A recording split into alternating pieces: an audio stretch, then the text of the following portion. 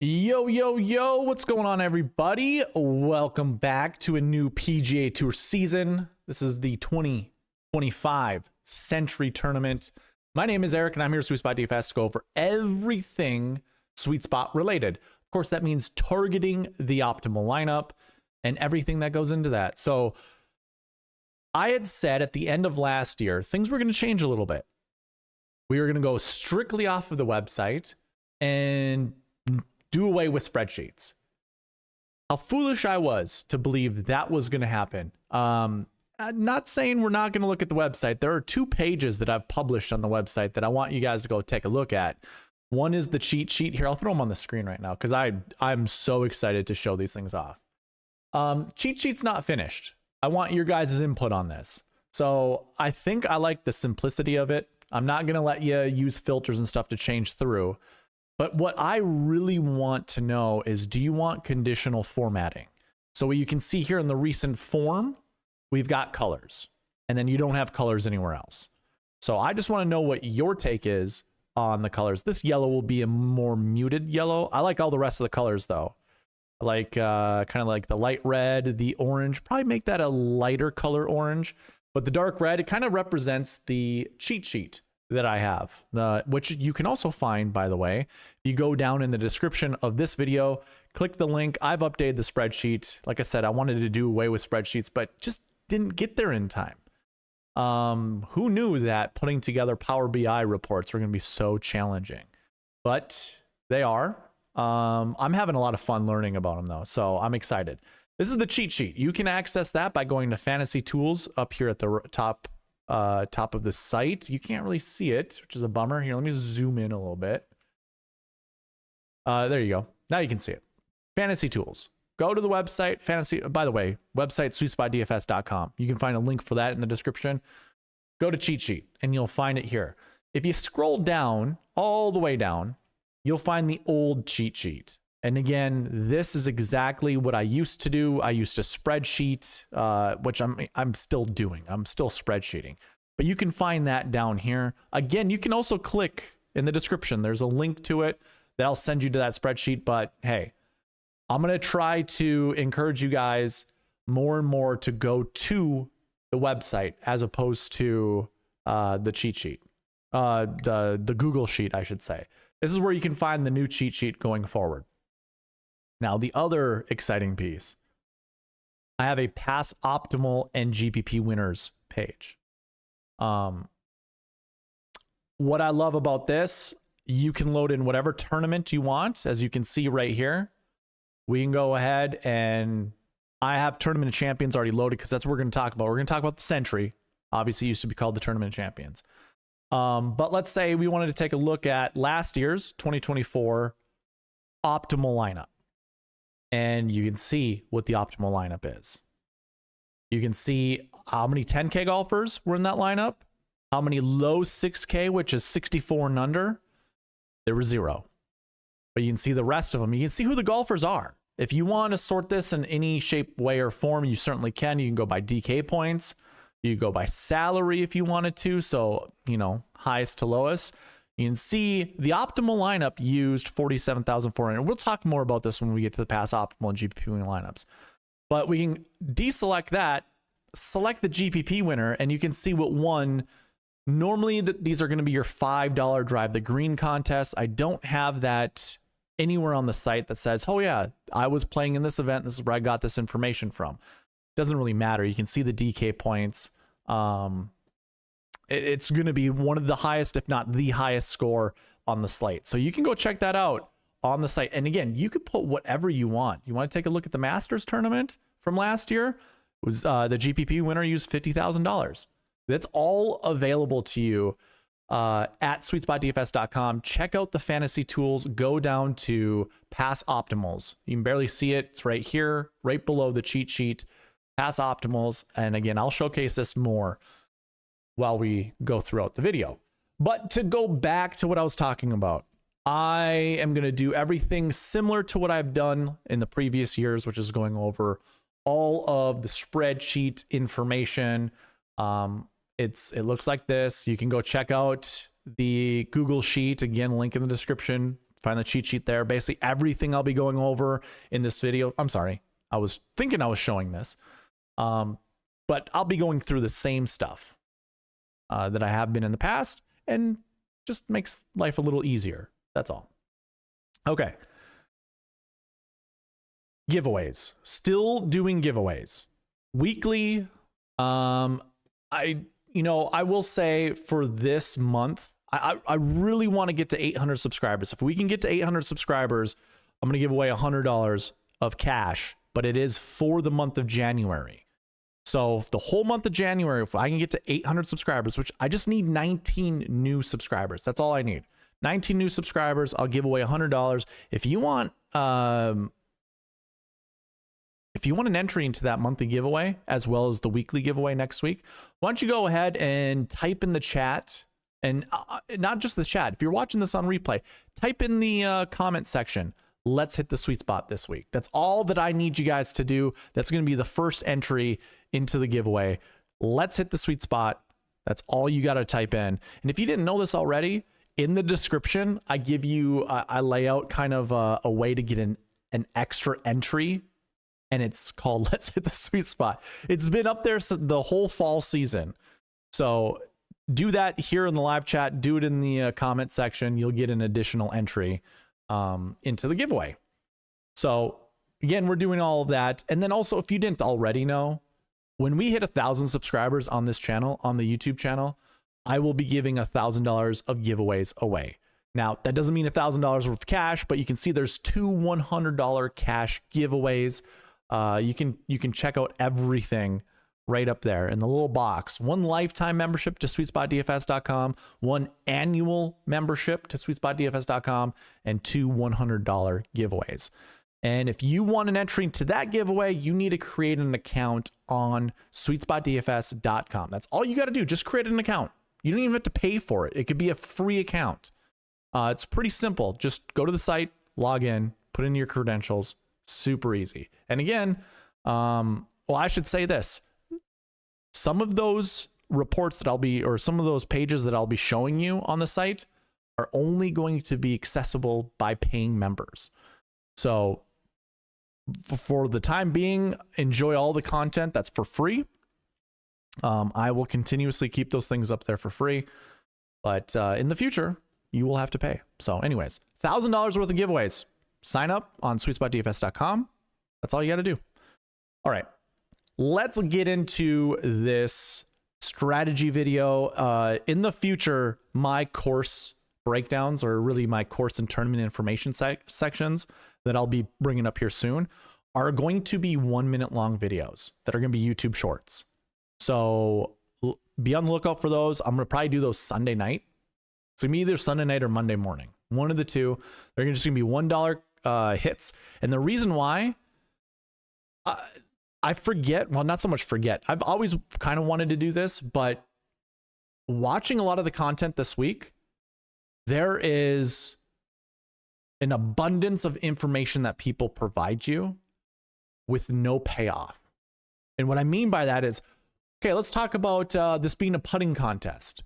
You know, we want spike putters, yada, yada, yada. It's we want putter this, putter that, putter whatever. It's like, okay. Then they don't show you the golfers that are good at putting. They don't even show you the golfers. They don't talk about the golfers. Maybe they show you 1 or 2 golfers, and that's it. There's nothing anywhere else that you're going to get information from these content creators, other than just saying the same regurgitated BS that everybody else says. So I'm not interested in doing that stuff anymore. I'm going to give you the bullet points as to what you should be looking for, what you should be researching. I'm not going to spend that much more time on course and tournament information breakdowns, because quite frankly, these are a lot of the same recycled tournaments week in and week out. You already know about the Masters tournament. You already know about this tournament. Why are people constantly bringing up course breakdowns and stuff like that of the same golf course every single year? To me, I think it's annoying. As I'm watching it, I'm like, I don't want to do that anymore. I don't want to do that anymore. So here's what it's going to look like. First of all, another plug for SweetSpotDFS.com. Go check it out. If you just go to the homepage, it's going to look like this. You're going to see the RSM Classic. I'll replace that with this video after the fact.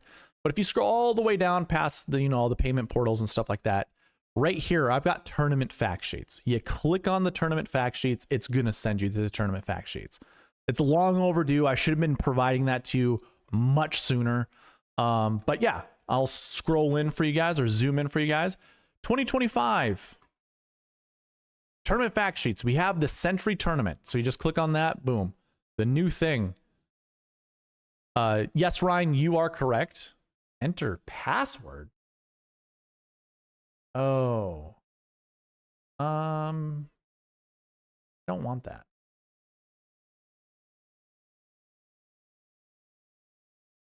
I didn't check this before logging into it. There we go. No. I don't want this. Go away.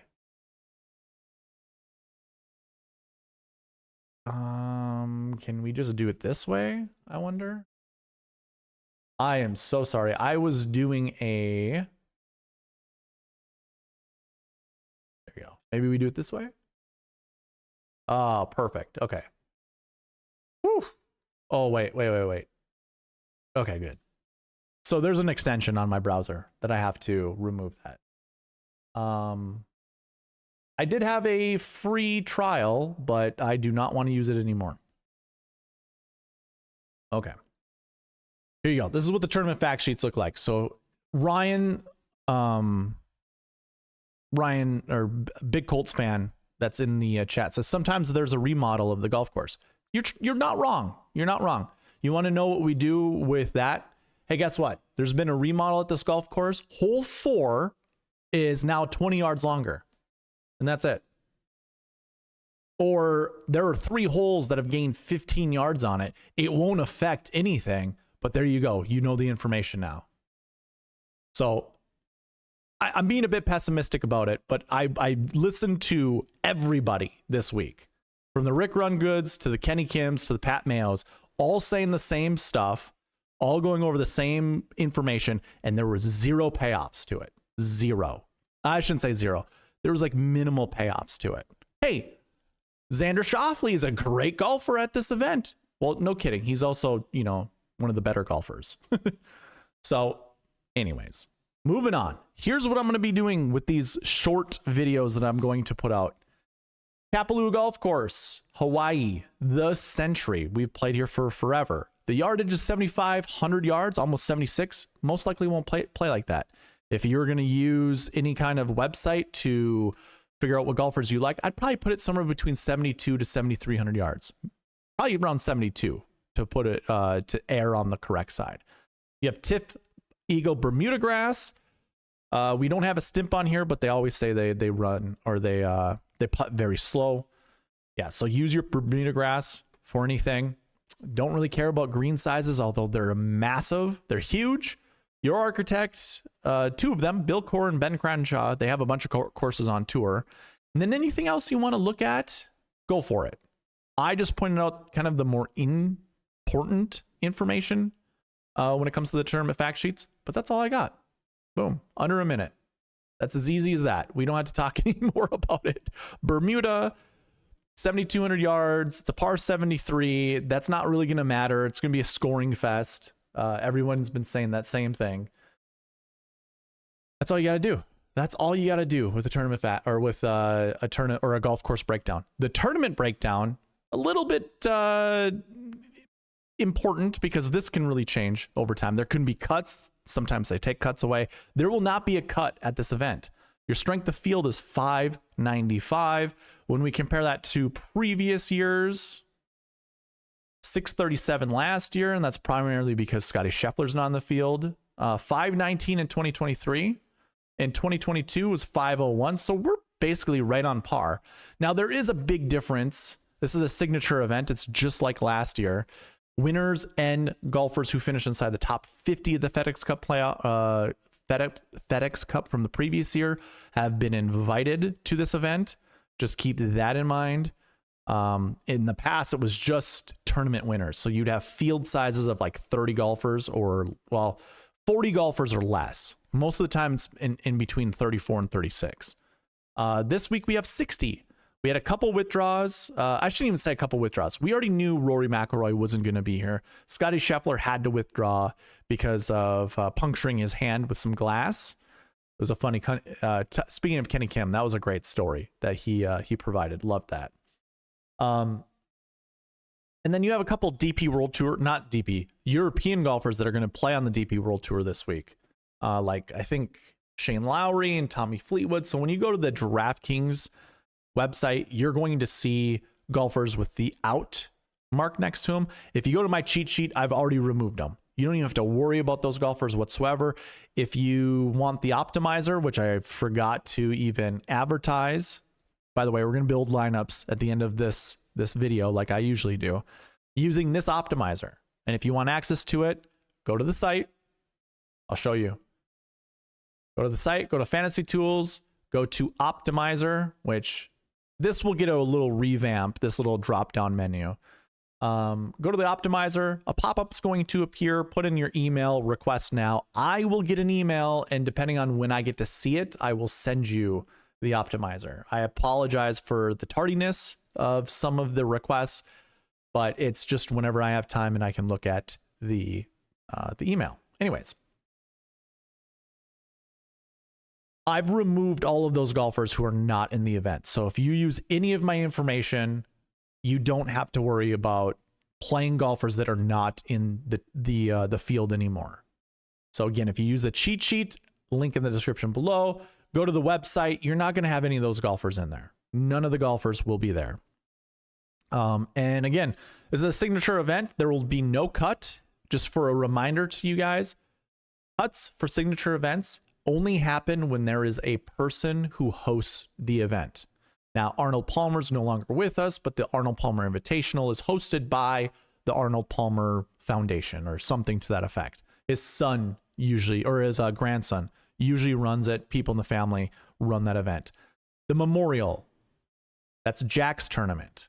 That also is a player or a person hosted event. And then the Genesis, which is hosted by Tiger, those three events have cuts. This is not one of those signature events, so there will be no cut. All golfers will play 4 rounds. Again, it's a scoring fest. So if anything, you probably want to find golfers that score a few more points on average than other golfers. Obviously, those are going to be some of your high end or your high price golfers. That makes sense, right? But you're going to really have to find the diamonds in the rough down here in the 6K range. And we'll talk more about that when we get throughout this video. In the future, you will also be able to use the website, SweetSpotDFS.com, to find golfers who have higher scoring totals on average for DraftKings. Then we can use that information in these videos to find the right golfers. But anyways, the little tournament breakdown there, that might have been a bit more lengthy than I cared for, but so be it. There you have it. That's your course and tournament information. I forgot to do a segue. You don't podcast for a while. You kind of forget the flow of things. But let's go on to Pass Optimal and GPP Winning Labs. Super excited about this. We're going to use the website. Sponsored by the Fantasy Golf Pod. I'm not sure. I asked Chad if he's doing a pod, and he said, I don't think so anymore. So I think we'll probably remove the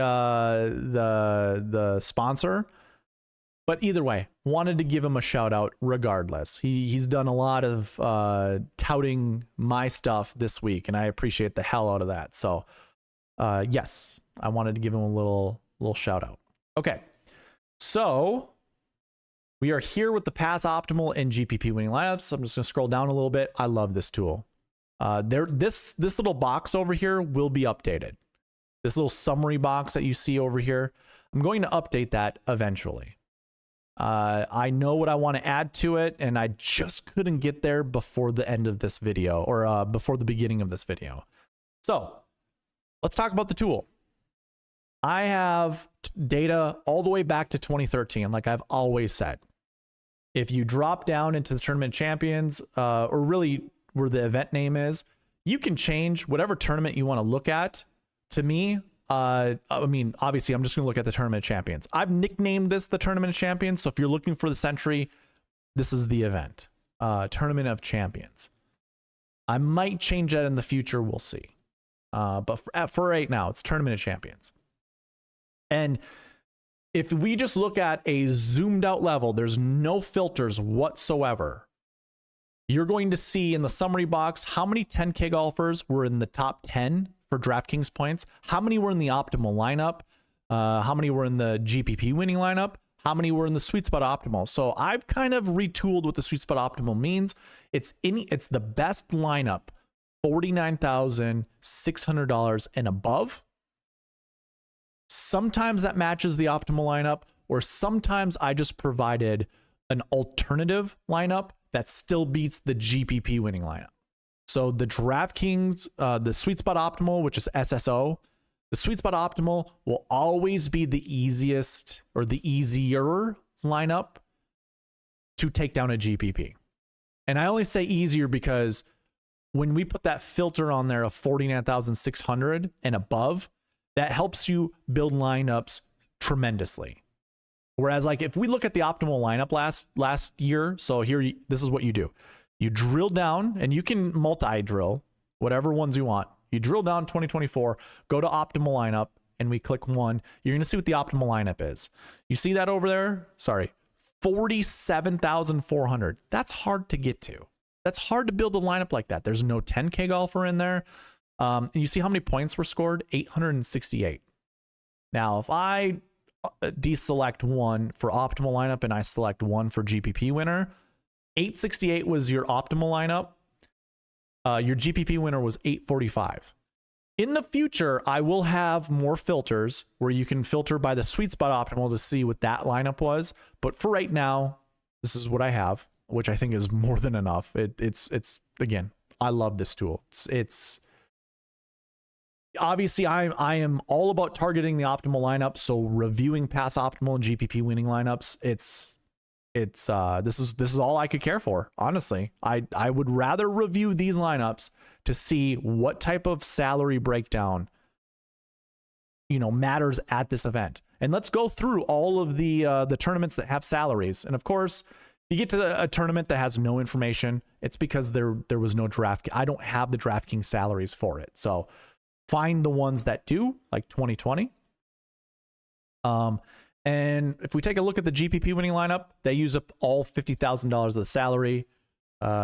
Wish you could, well, actually, no, never mind. I don't wish you could copy this, but I wish I could highlight it. $50,000 of the salary was used. It scored 562. Compare that to the optimal lineup. The optimal lineup also scored 562. So 2020, your optimal and GPP winning lineup was the same. And you can kind of tell that with the little summary box that I have up here. If we take a look for 2020, even if I deselect optimal lineup, you're going to see in this column right here, the optimal lineup matches the GPP winning lineup. So there's one 10K golfer, two 9K golfers, a 7K, and two 6K golfers.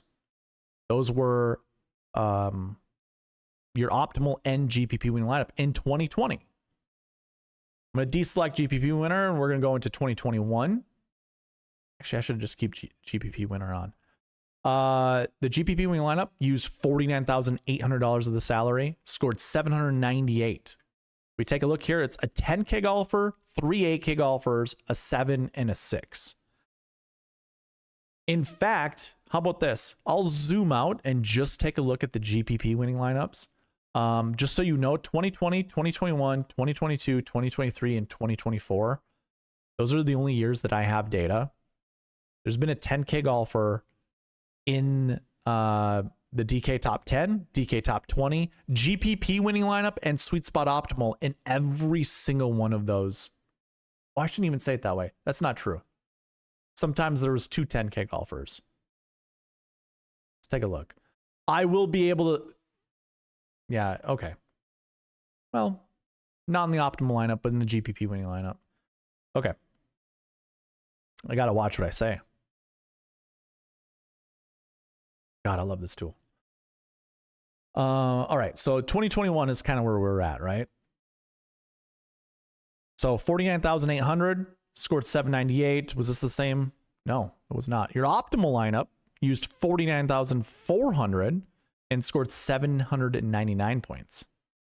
So it's one more point than the GPP. This is why targeting the optimal matters at the Sentry. If we go to 2022 and take a look at the GPP winning lineup, it used $49,500 of the salary and it scored 887.5 points. That used an 11K golfer in John Rahm, $9,700 Patrick Cantlay, Berger at 84, Cam Smith at 83, Joel Damon at 61, Matt Jones 6,000. This is the one. This is the tournament that I almost took down. I shouldn't even say almost. This is the tournament where, see, I mass enter lineups in DraftKings. So I had put all my lineups on an import sheet, and you import that into DraftKings. My third lineup was in the Nagels Bagels contest, or I should say the third lineup I had was in the Nagels Bagels contest.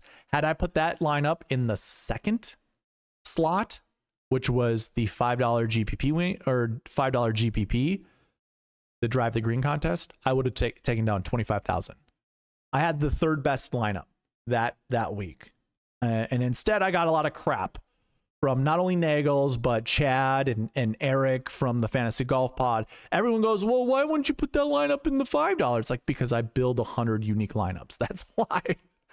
So unfortunately, it didn't work out. But this is why I go over all this stuff, because the only reason I got in those lineups is looking at the salary structure. Salary structure for me is one of the most important things when building lineups. You're going to find, I mean, every single year that we've kind of gone through this, 2020, there's an 11K golfer and a 9K golfer. 2021, there's a 10K golfer, 3 8K golfers. 2022, 9K, 7K, 2 8Ks.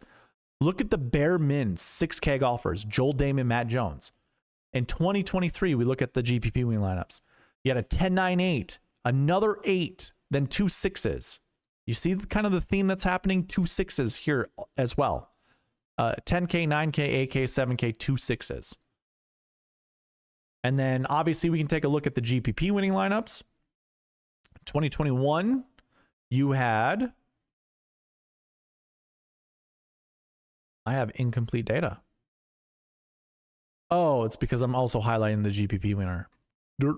All right, so... you're leaving $600 on the table for 2021. And it's a 10, 3 8, a 7, and 6. Much like it was really close to the same as the GPP winner. In 2022, you left $400 on the table. Remember, this is the optimal lineup. It's the perfect lineup. This one scored 920 points. 10, 9, 2 8s, 2 6s. Pretty much bare min in Cam Davis and Matt Jones. Looking at 2023, 10, 9, 8, 8, 6, 6. Another low 6K with kind of a medium 6K. 2024, 9, 8, 8, 7, 6, 6. And just remember, the GPP winning lineup had an 11K. Scotty Scheffler scored 133 points.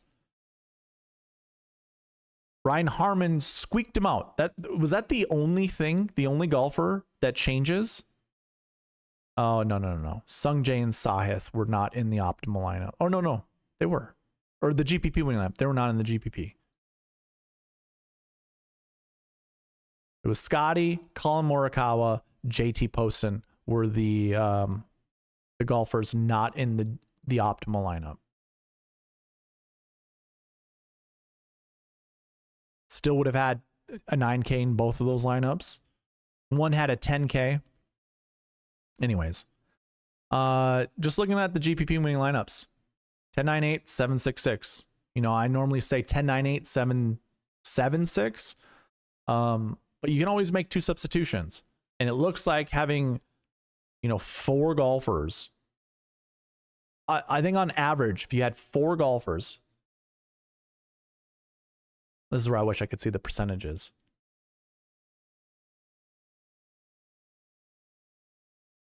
On average, I think you want 4 golfers that are 8K and above, like when it comes to your lineups. If not, you want it definitely a 10, 9, 8, like expensive 10, 9, 8s, 7 and 2 6s to, get 49, 4 and above. using up $49,400 and above. But yeah, I guess if we go by year, let's take a look. What are some common trends that we see? Oh, you know what? I can go like this. We can go salary and then year. Or can we not? There we go. There are tricks to Power BI that I don't quite know just yet. Guess I can't? Bummer. Trying, not working. I'll have to remember them. It's a crash course for Power BI for me. Oh, maybe I did have it, Rex. Yeah.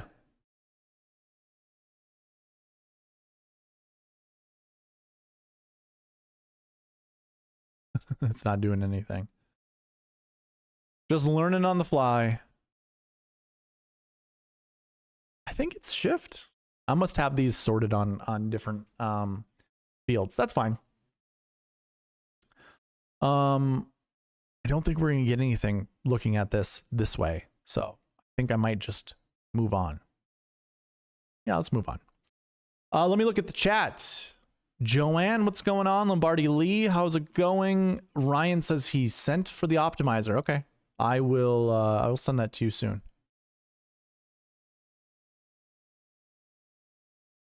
Oh yeah, hey, by the way, now that I got you guys in the chat, for those that got shirts for the giveaways, send me through email, send me DM on Twitter or whatever, your address. We got the shirts. Here's one of them.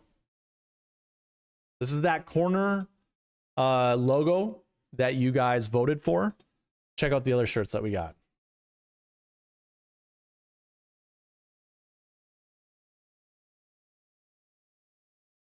I like this one a lot.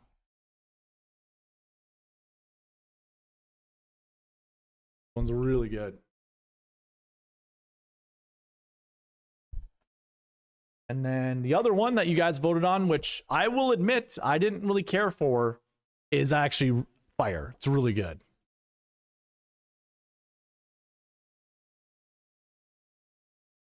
I thought that the logo would be too big. It is perfect. I love it. This is a good shirt. So Ryan, I have your two shirts. Joanne, your sweatshirt's in the mail, by the way, not to you, to me. Remember, I emailed you with the defect. There was a defect on them. There are other shirts that had defects on them that I reached out to Custom Ink to see if they could replace. I'm still waiting to hear back on those. But yeah, Joanne, once yours comes in, I will definitely reach out to you. You have I'm? Did you mean you have mine? You're gonna have to send it back to me, Joanne. Like, send it to me through email, because I don't know if I still have those emails from you.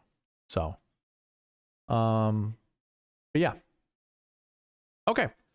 Hey, Pass Optimal and GPP winning lineups. That page is live on the website. Go to Fantasy Tools, Pass Optimals. That's where you can find it. Toy around with it. Let me know what you think about it. I'm super excited about that tool just by itself. It was the first tool besides the cheat sheet that I was really looking to build, because obviously I do a lot with Pass Optimal and GPP winning lineups. That was the first page I thought of. The second page would be the bucket system, which will happen somewhere down the road. Once I figure out the summary box that I have right here, I want to add percentages to it. I want to add a frequency rate, and I want to add a success rate. I've already figured out how to do the success rate. I just did it right before jumping onto this pod, but I could not figure out the frequency one. So I'll get there. Okay. Let's move on to the next piece of information, which would be called the bucket system.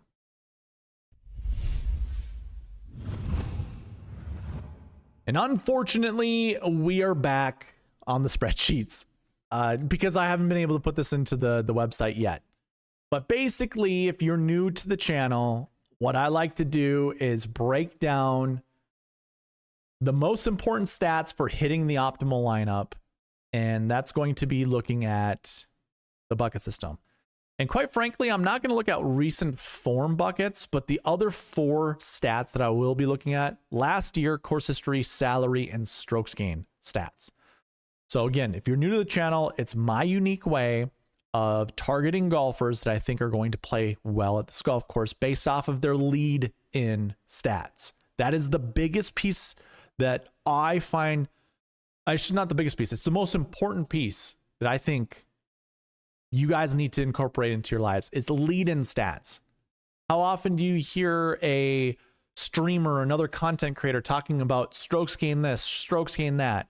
You need to find, this is a putting contest. So find the putting stats. Okay. Or find the golfers that have good putting stats. Okay. What does that look like in previous years? I want to know what their lead-in stats were heading into the event. So where's the link for the Google Sheet? Should be in the description of this video. If it isn't, I must have got rid of it because I was a little hasty with thinking that I was actually going to only do things from, what do you call it? From the website. Let me take a look. If not, I will post it in there. I think it's in there though. It isn't. I deleted it. Okay. Well, hey, guess what? Go to SweetSpotDFS.com. Super simple. Go to SweetSpotDFS.com. Click on the cheat sheet. Scroll all the way down. Here, I'll show you. You can look at this cheat sheet, or you can scroll down to this cheat sheet and click here. And that'll bring up the cheat sheet. There. I'm not going to post it. Let's bring some traffic into the website. Go to the website, Fantasy Tools, cheat sheet. Easy peasy, lemony squeezy. All right, back to the bucket system. We're going to look at this stat by stat. So we're going to look at last year finish. Here's why last year buckets matter to me. It's your most recent course history. What did you do last year at this event? As a competitive golfer, I know this from other competitive golfers, you will remember more what happened last year than you will any of the other years. And I only say that kind of tongue in cheek or not so much tongue in cheek. I do say that tongue in cheek because if you had a really, really, really bad experience, say 5 years ago at an event, you will remember that really bad experience. If you won a tournament, you will remember winning that tournament. You'll remember the feelings, the certain shots that helped you win that tournament. When you have a really bad experience at an event, you will remember all of the holes that pissed you off, that got you. You'll remember all those things. But nothing will, I shouldn't say this for everybody, but for the majority of people, you will remember your last visit more so than your best memories or your worst memories. Maybe cumulatively, you'll remember all your best memories and worst memories cumulatively over last year's performance. But last year's performance, hands down, holds the cake for any one instant of memories, like any one event of memories. So last year, to me, if we're playing, armchair psychologist, what a golfer does last year is going to matter what they do this year. And I have the stats and the data that provide that prove that. Again, over time, you guys are going to see this, but I keep all of this information within the bucket system. So when I go to the bucket system, I have top 5 finishes. I have top 10 finishes for last year golfers and what their finish was. I put them in buckets, obviously. I put them in buckets.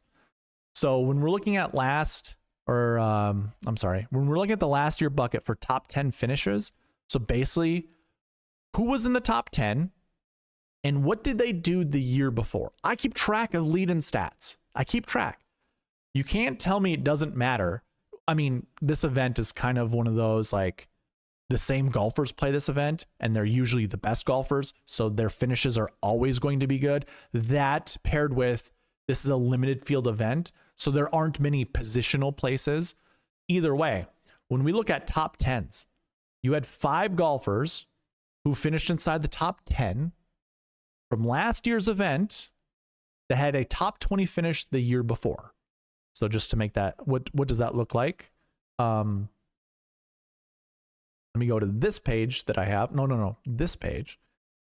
So when we take a look at this last year column, you had Jordan Spieth who finished 3rd. He had a 13th place finish the year before. Brian Harmon had a 16th place finish the year before. Sung J M had a 13th place finish the year before. Scotty Scheffler had a 7th place finish the year before. All of those golfers, those, what, 4 golfers? 4 golfers had top 20 finishes, not even top 10s, not even top 5, but top 20 finishes the year before, and they all finished inside the top 5. Actually, let's include one more, Colin Morikawa. So you had 5 golfers who finished inside the top 5 that had top 20 finishes the year before. That stat alone dominates that top 5 leaderboard, is having a top 20 finish from the year before. So why wouldn't you include that in your lineup building process? Like that's probably something you should be looking at. Xander Schauffele, by the way, who's had really good finishes at this event. If you remove this withdraw from the year before, his course history was 8.40, which is super good at this event. Like everyone kind of knows he's good at this event. Him having a 10th place finish last year really incites me to want to play him this year. It entices me, I should say, not incites. It entices me to play him this year. But yeah, you can see outside of not playing, having a top 20 finish the year before matters. So how do you guys look at this? Or how should you look at this using my data? Well, go to the cheat sheet, obviously. Again, SweetSpotDFS.com. Click on the fantasy tools, go to the cheat sheet. And then the easiest way to do this is once you're on this page, drill down into last year, and in this column here, last year, deselect everything, and then just select one. Here are all your last year 1 golfers. And if I go back to my bucket system, I have a projection in here, and this is also available to you guys on the cheat sheet. Here, let me drill down into the cheat sheet so you guys can see it as well. Here's your bucket system. You can put filters on this if you want. I'll zoom in just a little bit. You have all the same access that I have. So you guys can look at the bucket system with me while I go through this. Either way, I'm projecting somewhere between 2 to 5. We always round down with the minimum. That's this number right here. And we always round up with the maximum. That's this number here. So 2 to 5. And a little safeguard that I have is I look at the max projection over here, which is 3.69. This is a conservative maximum projection, so 4. So really the sweet spot for this bucket is 2 to 4 golfers, but you can play up to 2 to 5. Here's the beautiful part of this. If you don't want to deal with this at all, you don't want to look at the bucket system, nothing. Guess what I have it built into? The optimizer. So if you want access to the optimizer, send an email to me. Again, go to SweetSpotDFS.com. Drill down under fantasy tools. You'll see optimizer there, not pass optimals, but go to optimizer. Click on that. Send me your email and I will send you the optimizer. But I have it already built in there, 2 to 5. And in fact, I have that for all of the buckets that I'll be covering. So when we look at this bucket, 2 to 5 last year ones, going back to the dream sheet, we have 16 golfers in this bucket. I think it's up to you just to pick the best ones. Quite frankly, why not start Xander, Colin Morikawa? If you were with me just recently with the Pass Optimal and GPP winning lineups, we know you want expensive golfers at the top end. You want to pair up as many golfers at the top end to go with 2 golfers from the bottom end. So here you go. I see no issue starting Xander and Colin, and we have one cheap guy down there in Adam Hadwin. That's not a bad place to start your lineups. You also have Chris Kirk, who's $7,000. He's your defending champion at $7,000. Why not? I really like Matt Fitzpatrick for no reason other than he's a perennial golfer. And what I mean by that, he's a US Open champion. He'd been a good golfer all the way up until after he won the US Open. And then I think maybe because he won the major. Well, okay. 1, there was an injury. 2, there was equipment malfunction. He forgot he put weights in his driver for whatever stupid reason. And then he just had not been the same. I think he gets it back on track. I think it's a good spot to play Matt Fitzpatrick. I'm probably going to stay away from Brian Harman and Jason Day. I think they're both losers. Jason Day has not been the same for forever. And Brian Harman, since winning the Open Championship, has also, he's kind of taken the Matt Fitzpatrick route, where it's like, oh, I won a major. Life is over. Don't have to try anymore. It's not true, but that's what it feels like. So I don't want to play Brian Harman. He can prove. I'll play him at the Sony next week. If he finishes top 10 or top 20, by the way, I was looking ahead towards the Sony. He finishes top 10, top 20. I'm hammering him at the Sony Open. Like, sign me up. But for the rest of these golfers, I'm not like Sahith Theegala. Don't get me wrong. I like Sahith. So here's a way that I think about building lineups. I could go Xander, Sungjae, or Akshay, maybe even both, because you can do that this week. I don't mind actually starting that way. That's fine. We could do something like that. Adding in Hadwin, Straka, Eric Cole. We could do any of those. It all works out. And that's just an example of what you want to be looking at when looking at the bucket system. I'll leave you guys to your own devices. Take a look at the projections, see what golfers you like the most for all the stat categories. I just went over last year ones. You guys can go in here, take a look at all the other ones. I'm not going to sit here and talk forever about the bucket system because I can, and I have in the past. You all know that. But yeah, I just want to give you the tools. First of all, the tools, and then how to use the tools. So now that I showed you how to use the bucket system, that's what I would ask for you to do. The rest of it could just be gut feelings. Use the bucket system with your gut, and you're probably going to win a GPP. So I'm not going to talk anymore about the bucket system. We're going to go right into the Marquee Tee Times. And where you can find this is on the Dream Sheet. The Marquee Tee Times sort by the group rank, A to Z, and you're going to find, oh, you don't actually have color coordination on your side. Let me change that. I have all of this highlighted for me, but not for you. There you go. Now it is all highlighted for you guys.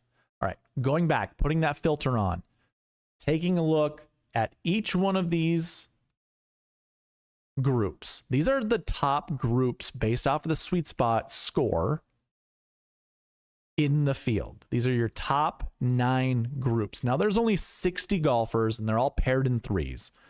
So being paired in threes, that means there's 20 groups. So basically the Marquee Tee Times are half of those groups. It seems like a walk in the park. But the rules are, when it comes to the Marquee Tee Times, you want to select 2 to 4 golfers from the Marquee Tee Times, and you don't want to pair them up together in the same lineup, in the same tee time. So what I mean by that is, if you're going to select 2 golfers, let's just use 2. Say, you know what, Eric, I get the 2 to 4, but I'm not feeling, 3 or 4 of these guys. I just want 2. Okay, cool. So if you're going to select 2 and you're the first guy, you're like, I want Collin Morikawa. This automatically means you don't play Patrick Cantlay and you don't play Sam Burns. You are selecting Collin Morikawa. You are not playing Cantlay or Burns. So let's just say that's what you do. You pick Collin Morikawa. Now you need to find another guy. Hey, we already talked about this before. Why not go Collin? Why not go Xander? Boom. Simple. There's your 2 golfers. And then if you have the optimizer, here's what you do with that. I already have it built in that you can't pick golfers from the same group. So if you pick Collin Morikawa and you pick Xander Schauffele, by the way, you see the lineup up here? This is the most optimal lineup. And it nearly, I didn't look at the data when I created my dummy lineups for DraftKings you don't know what a dummy lineup is, you just put together a lineup and you put it in all of your contests, because you need to reserve contests because they can fill, and then you no longer have an opportunity to play in those contests. So that's what I did. And it damn near copied this. Actually, that's not true. Let me run this again. I just saw Corey Connors in here. That was not the optimal lineup. Here's the optimal lineup. Xander, JT, Sahith, Cam Young, Aaron Rai, and Mathieu Pavon. That's a sexy as hell lineup. And you know what? I'm not going to forget that I have songs. We're going to play one. No, we're not. It's not. Oh my God. You got to be kidding me. For reals? Let's see. Will it work now? Oh. All right. I guess we don't have songs. It's unfortunate.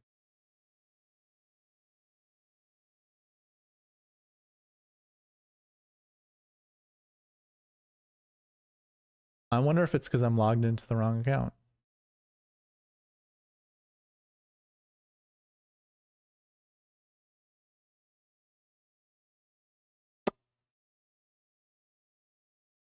I think it is. All right, let's try this a different way. I'm sorry to derail the podcast. I can't believe that happened. Joanne, thank you for your address. Ryan, I will get you the optimizer. I'll get you the optimizer when we start building lineups, which is soon.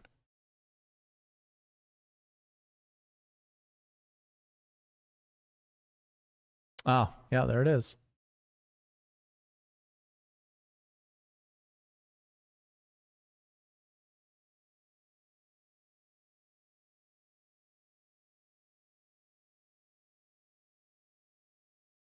Do we have it? Is it working?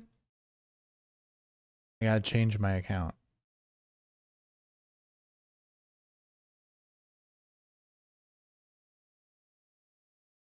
Oh my God. Be kidding.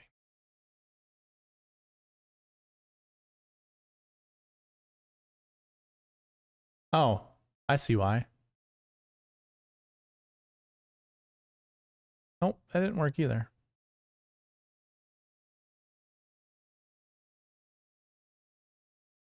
All right, well, I got to figure that out. We'll figure that out when I'm building lineups. Let's not waste any more time. I'm so sorry. All right, we'll drop that down. 2 to 4 golfers is what I'm at. What I was talking about. Collin Morikawa, Xander Schauffele, perfect. I was telling you about the best lineup right here. That's what got me sidetracked, because I was like, this is a sexy lineup. Got it. Well, here we go.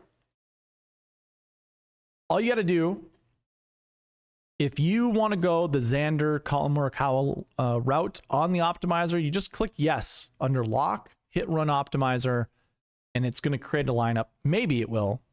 Sometimes it'll break. Well, there you go. Not much has changed.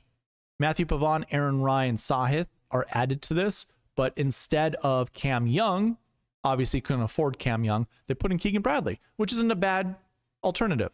Now, if you didn't like that, the optimizer is going to automatically kick that golfer out. You just hit run optimizer again. And there you go. Now we have a whole different, pretty much a whole different lineup. You got Henley, McNeely, and Vegas to go with Aaron Rai. So that's the beauty of the optimizer. You don't even have to really think about anything with Marquee Tee Times outside of finding your 2 to 4 golfers. And you really don't need to think about anything with the bucket system. The optimizer already provides it for you. So there you have it. 2 to 4 golfers to select from the Marquee Tee Times. I really don't have an issue. If you're gonna, like any of these guys here at the top, you got Morikawa, Cantlay, Burns. Then you got Schauffele, Oberg, and Wyndham Clark. Now, Byron Lindeque, Model Maniac, has been talking up Wyndham Clark. If you want to go that route, don't play Xander or Oberg. Or if you do, just understand you have like an 8 to 12% chance that that's going to even work out for you. I keep track of this stuff. I know it's about a 92 to 95% hit rate if you don't pair golfers up together. And that includes this event. In fact, how about this? Just to prove my point, let's look at previous years. See maybe if I'm wrong. I could be wrong. Could be wrong. So 2024, this was last year. The golfers that are highlighted in blue are your GPP winning lineup. So right away, I am proven wrong, but also I'm not. So what I mean by that is, okay, so Colin Morikawa was in group 2. All by himself. Xander was there. So too was Tom Kim. Neither one of those guys were in the GPP winning lineup or the optimal. Now the optimal lineup on this sheet is indicated by this little tick mark right here. You see that little black corner on the top right? That's an optimal lineup. Well, the GPP winning lineup had Jordan Spieth and Scottie Scheffler, who were playing together. Now, only one of them was in the optimal lineup, and that was Jordan Spieth, and only one of them was in the sweet spot optimal, which is this green color, which was Scottie Scheffler. They can be interchangeable. Not so much interchangeable. That's the wrong phrasing. But based off of the rules and whatever, that's how we find those golfers. And then Sahith down here was in the optimal lineup. He was playing with Sam Burns, Wyndham Clark. Neither one of those guys were in the optimal or the GPP. And we can even scroll down to here past the Marquee Tee Times.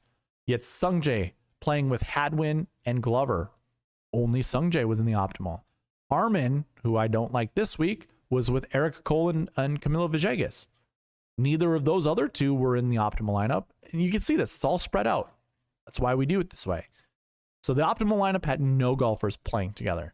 Now let's see if it's different in 2023. Looks like they're, oh, no. They're in pairs of 2. So it kind of is a little bit different. I was just taking a look at that. Oh yeah, no, we use this. Look at this. Rahm and Fitzpatrick were together. Only Rahm was in the optimal lineup. Fitzpatrick was not. He wasn't even in the GPP winning lineup. Colin Morikawa was in the optimal lineup. Tony Finau was paired up with him. Tony was not in the GPP winning lineup, nor was he in the optimal. He scored 117 points, being 7th place. Max Homa was in the optimal, but Sungjae was not, who was playing with him. So there you go. There's more proof you don't want to pair golfers up together. 2022. Do we see the same thing here? This is going to be different. I did things a bit different early 2022 and beyond. We'd have to look at the colors, I believe. Fill color. Great. I had 2 fill colors, so you can only put 1. Well, Cam Smith won the tournament. He was playing with Mark Leishman. Mark Leishman was not in the optimal or GPP winning lineup. And then you had Rahm and Xander together. Rahm was in the optimal and not Xander. And then if I look at the other color, the other fill color, nobody here. Wow. Okay. I think those were technically those 2 colors that I was just showing you. The 2 green colors, they were your Marquee Tee Times. Like I said, I did it a little different then. I found out that I wanted values with them and not just colors. So yeah, none of those guys were playing together. In fact, I have this sorted right now by game number, and you can tell no colors are together. No optimal lineups are together. Nothing. Even down here, John Rahm, Xander Schauffele, Patrick Cantlay, Harris English. They're not paired up together. So going back to 2025, like I said, is it important? Yes, it is. I think it is. All right, ladies and gentlemen, we're going to get to some lineup building. Who's all with me? Who's still here? Here's a roll call number 2. Just say I'm here. As simple as that. Roll call number 1 was in the beginning. You guys can still get in on that, but you're going to have to go check it out. I want to reward you guys for watching, for listening. And if I'm giving you the opportunity to go back and take a look at it, go take a look. It was earlier on in the video when I went over giveaways. Lombardi Lee, Joanne, nice to see you all. Yet again, I said that earlier, but and Ryan's still here. There we go. All right, I'm going to put you guys in the giveaway.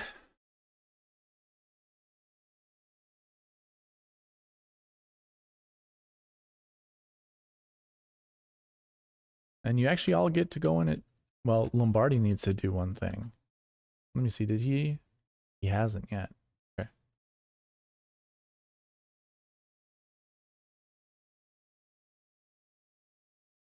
Ooh, I turned the heat up in my new place. I got a new place, by the way. Living down in Minneapolis. My place is sweet. I love this place.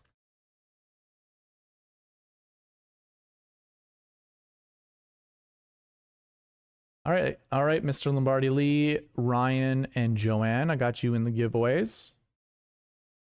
I'm gonna put some music on. Do you guys want me to build lineups for you? If so, give me 2 to 4 golfers you want to build lineups around. Whoa. Whoa.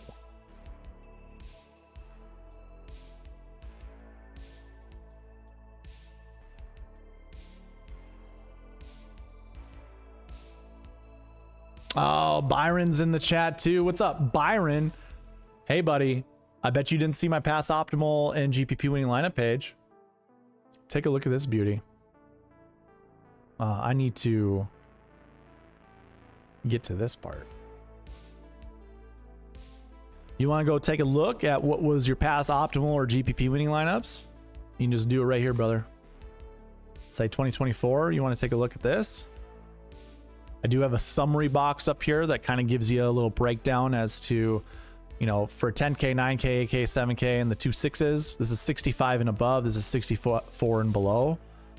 You can take a look at, you know, how many golfers were in each of those buckets. Now, I will have kind of a percentages off to the side. It's gonna look a lot like this. It's like, you see how I have this top 10 percentage, frequency percentage. Frequency is just taking a look at how often has it happened at least once. That's what I'm going to have on this page.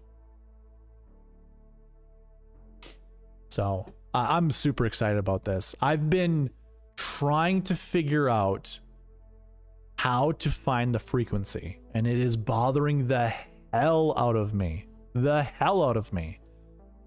Learning DAX, the language in Power BI, is annoying beyond belief. But yeah, you can kind of see a little breakdown right here. I mean, if we go through each of these years and we just look at the GPP winner, 10, 9, 8, and 1-7. So 2024, you had that. You did not have the 1-7 in 2023, but you had 2 8s. 10, 9, 2 8s. 1-10, 2 9s. A 10K and 3 8s. So the one thing that is ever present is having a 10K. We only have 2 this year. We only have 2. Oh yeah. Ryan, here you go, buddy. I will send you the optimizer. I see I have another one in there too. I'm not sure who that is off the top of my head.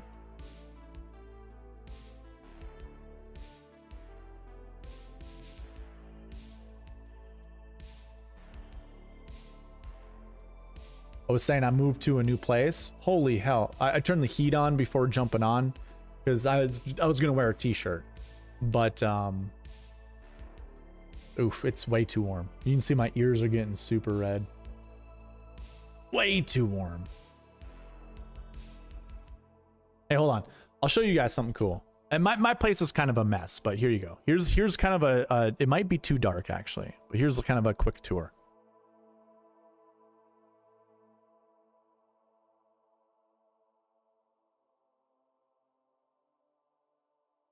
Up here in a lot.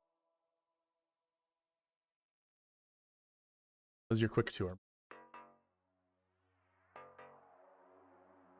I don't even know what that looked like because I was leaning over the monitors, but yeah, I'm kind of up in a crow's nest of sorts, which is awesome. It's like I have a spot up here. It's gonna be my studio. I'm gonna have a lot of fun ways of providing content up here. Okay, we have some names. Wonderful. Let's go ahead and build some lineups.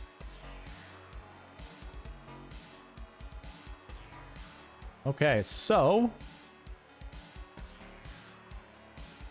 JT posted an Oberg. Let me pin that to the chat.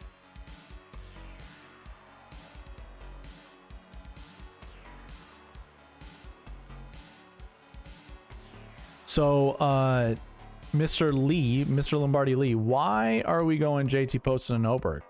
Out of curiosity. What has piqued your interest? Sign-up's pretty good. Oberg, Burns, Connors, JT Poston, Harmon, Horschel. Is Horschel actually playing this event?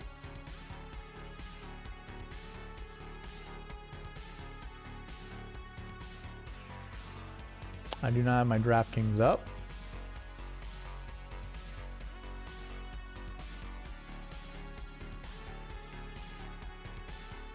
I'm pretty sure he's playing, right?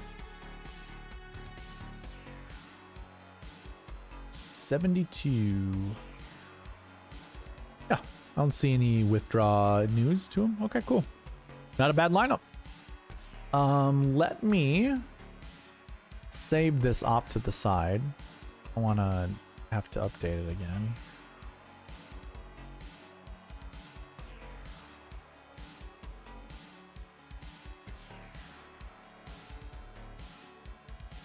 All right. Good lineup. Let's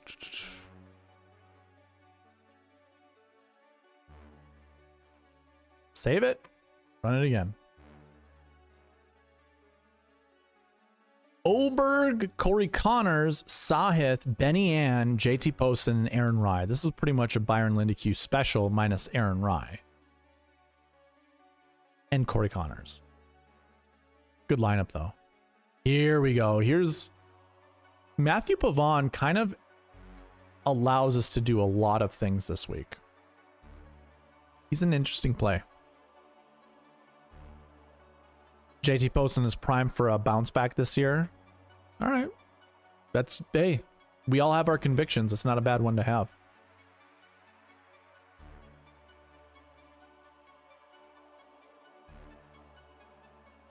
Ooh, is Adam Scott playing in this?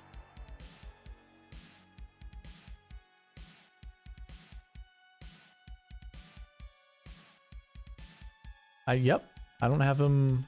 For whatever reason, I heard someone tell me that, or someone was saying that he's not in it, but that's not true. Okay, another great lineup. We get Matt Fitzpatrick in here with JT Post. This is the best one. Corey Connors is questionable. I'm not sure how exactly, or how I feel exactly about him, but not bad. I like it though. I like that lineup. I'll probably clear it out and then probably kick out Corey Connors because he's appearing in everything. Here's the Max Grazerman, or Greaserman, as our boy Byron, back 9 bets, Lindeque likes to call him. Greaserman. Morikawa, Oberg, Connors. Yeah, so again, not a terrible lineup.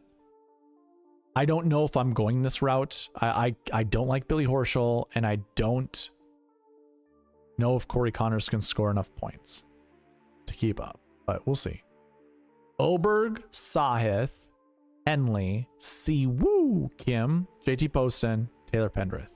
I'm for that lineup. That's a great lineup. You know what? I want to figure out. I have. Why is this doing this?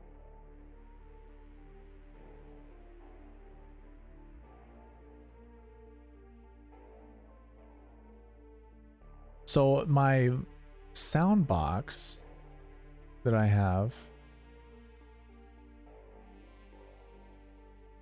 isn't allowing me to change the account. I accidentally signed in with the wrong account.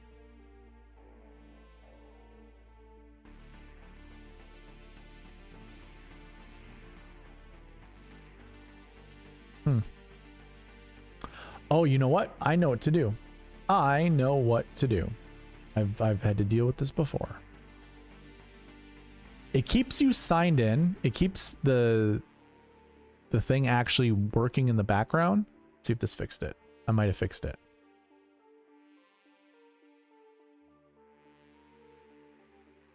Ooh, this lineup is good. Oberg, Connors, Thigala, Scott, Poston, Eckroat. I like it. Here's what we're going to do. We're going to kick out Corey Connors. We're going to bring back everybody else and see what some more lineups can be.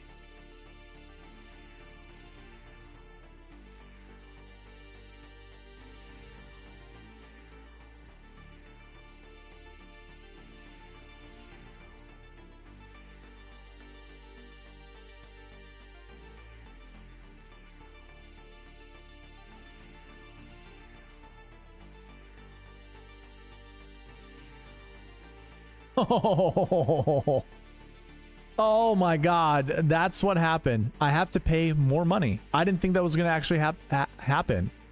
You gotta be kidding me.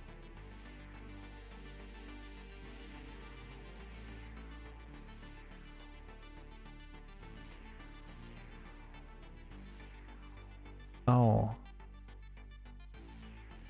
I gotta put in my license. Okay, I'll figure this out off stream. Here we go.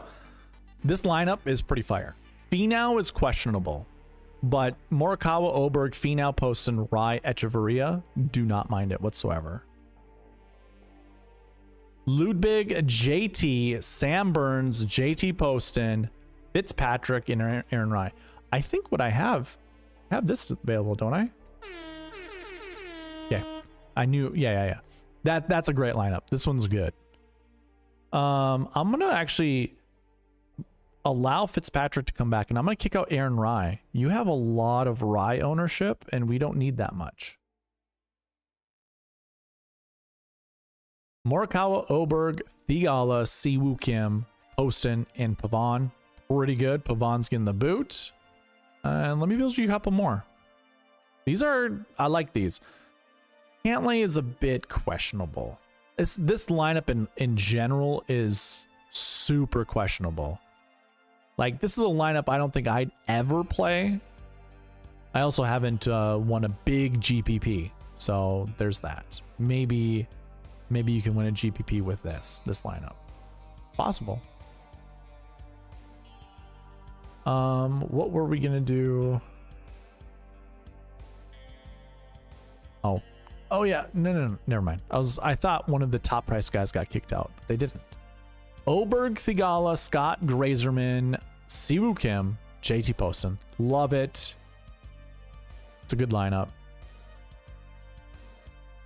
Oberg, Burns, Thigala, Grazerman, Poston, and Straka. I do not mind Straka. He's a last year one golfer, and it works. Steven Yeager. There we go. So I like Steven Yeager at an event like this because the guy's extremely aggressive. I want as many birdies as possible, and I want someone to either go for it all and either succeed or fail. I don't want someone who's safe and whatever. Steven Yeager is one of those guys that's going to go for it. So this one's great. This lineup's really good. I like it a lot. I want to see if we can build that same lineup with a 10K golfer, though. Bring back the Jaeger bombs and select a 10K. I don't care which one it is. Just I'm sure Xander's with Oberg, so you can't do Xander. So Pendrith and Henley. No, I don't want either of those. Let's kick out Henley and let's kick out Pendrith. We can build better lineups with those guys in them. Hadwin. Okay. Yep. There we go. This is a GPP winning lineup. We have a 10K, 2 9s, a 7, and 2 6s. This is gonna be, yeah. Okay, that's a great lineup. That's a good one for you, Mr. Lombardi Lee. Check it out. Woo, that one's sexy. Jaeger would be getting the boot. Is that okay? I think so. Sure. We can kick. Actually, let's kick out Hadwin. I want to see if it'll pick one more person. Nick Taylor. Do we think Taylor turned it around? He could. And he'll probably be a low-owned golfer, honestly. Cool.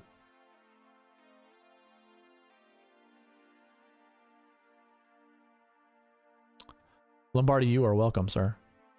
One last one for the road.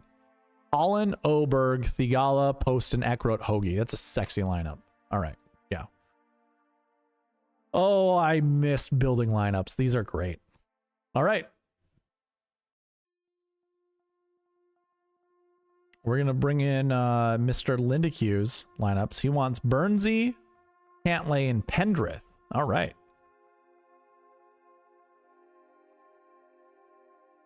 And he says he's holstering his child, but will be watching with her. There we go. There we go. All right. So we want Burnsy. Can't believe that you're going with Cantlay. That has to be an ownership pivot, right? Not Hovland, sorry. I'm all over the place. Burnsy. Burnsy. Oh boy. You know what I have to do? I'm going to have you do the walk of shame for picking golfers in the same Marquee Tee Times. And then you wanted Pendrith. Pendrith. Let's give him a little bit of a boost because I don't want to continue to fix his whatever you call it. Sure, Byron, let's go ahead and give you 2 golfers for group 1. Just for you, bud. Breaking rules like he normally does.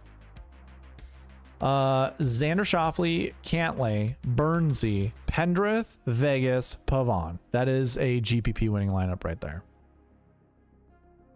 That is what we noticed with the pass optimal and GPP winning lineups when we went over that segment. That is a common build. We bring in Kevin Yu and kick out Vegas. That's a interesting lineup. Xander, Cantlay, Burns, Pendrith, Echeverria, and Chris Gotterup. Wow. Wow. Chris Gotterup of all people. That's not bad though. And then we break it. All right, so this is what we're going to do for Byron. We're going to bring back the sweet spot rules. And we're going to choose either Cantlay or Burnsy. Either or. This is how we're going to do it on the optimizer. You just go down to AM, make that a 2. Since there's no weather, or not weather, there's no wave. It's all within a 3.5 hour window of tee time. So don't even think there's a huge edge of one golfer going off earlier than the other one. So we'll just go either or with Cantlay or whatever. And by the way, what I was getting at is I just have everything under PM. If you want to create your own little bucket of golfers to pick from, you can choose the rules under the min, how many you want to choose from, and then the max is how many golfers are in that bucket. So now we can build some with either or. And we go Xander, Cantlay, Cam Young, Pendrith, Horschel, and Aaron Rye.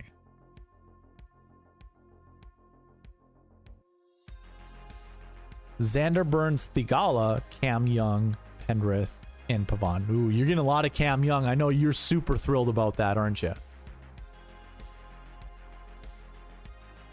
Schauffele, Finau, Sam Burns, Pendrith, Hole, and Echeverria. That's actually a GPP winning lineup right there.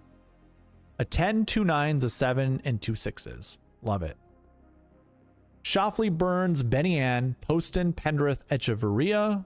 I like Echeverria at this golf course. That guy is turned it on.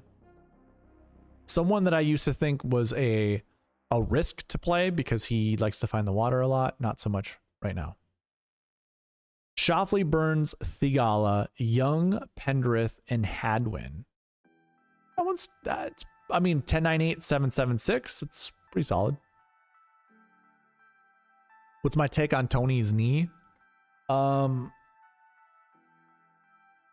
I think enough time has gone by that he's probably healed. I'm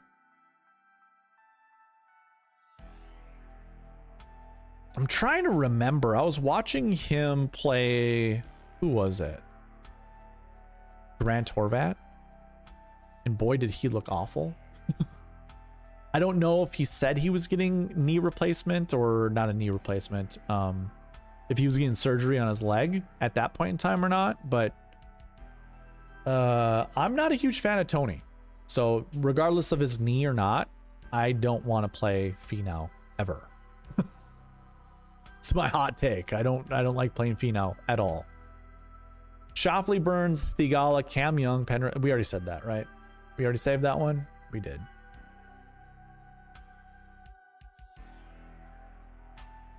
Shoffley, Burns, Cam Young, Poston, Pendrith, and Straka. Okay. 3-7s probably, I don't know. I'm not sure if I'm a huge fan of 3-7s. I mean, year after year, we found that it's not 3-7. It's not the way to go.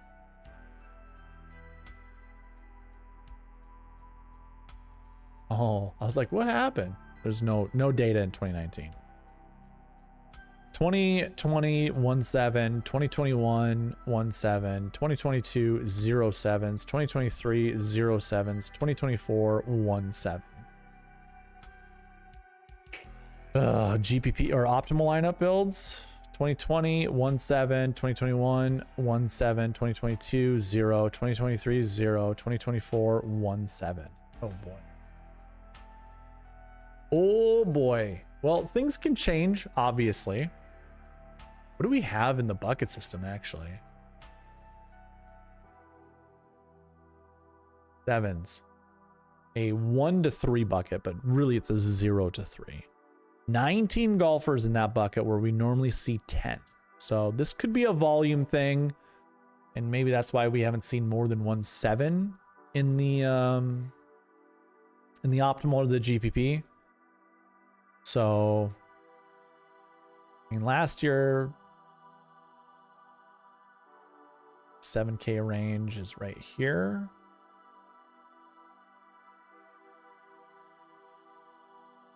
The 14th, the 5th, the 14th, the 14th, the 2nd, and a 12th. So yeah, Thigala was 76 and Poston. Those two golfers were good in the 7. So you technically you could have had 2 7Ks last year. Okay. We can roll the dice with 3, but I think if I see 3 7Ks again, I'm just going to skip it.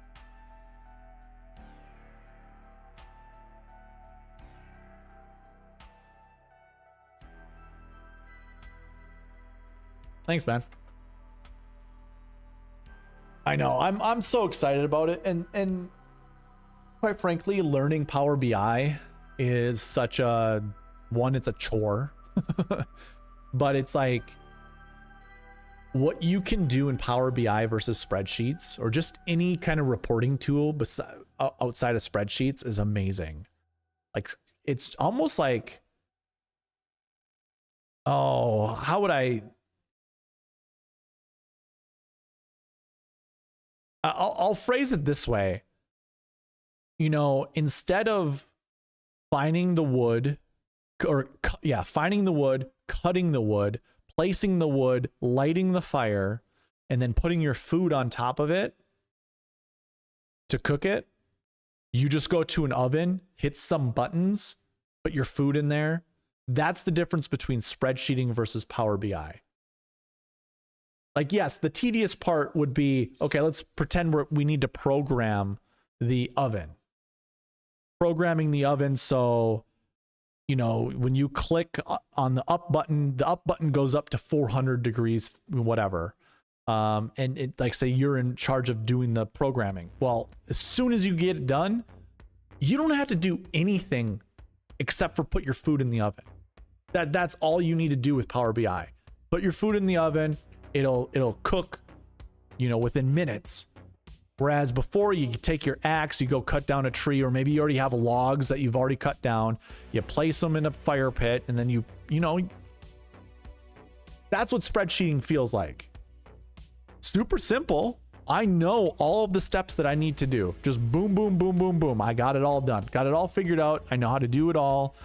I figured out the most efficient way of doing it, and I can cook the food, you know, the same amount, or not the same amount, but I can basically cook every piece of food that you could do in an oven over a campfire.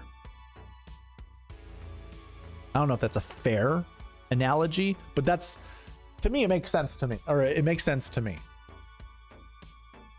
3 sevens. There we go. We said we don't want to do 3 sevens anymore. Probably need to kick out some of these. And we're going to limit this to 2 sevens. Yeah, I'm really excited. And once I figure out how to do this frequency, I had called my mom today and I was telling her about this. And I'm like, when I figure this out, I will have figured out pretty much 90% of my website, especially coming from Minnesota or from a Minnesotan. Yeah. I will have 90%. I haven't even built the other reports, but the other reports are so easy, like a performance model or a performance whatever. I have all the strokes gain data. I can provide that in a web page, like in 30 minutes to an hour. I'll have the whole page done. No issues there. Obviously, I'm not one of those streamers or care to, you know, analyze strokes gain data or anything like that. But I can do that. That'll be provided. The one big report that I need to build is for the bucket system.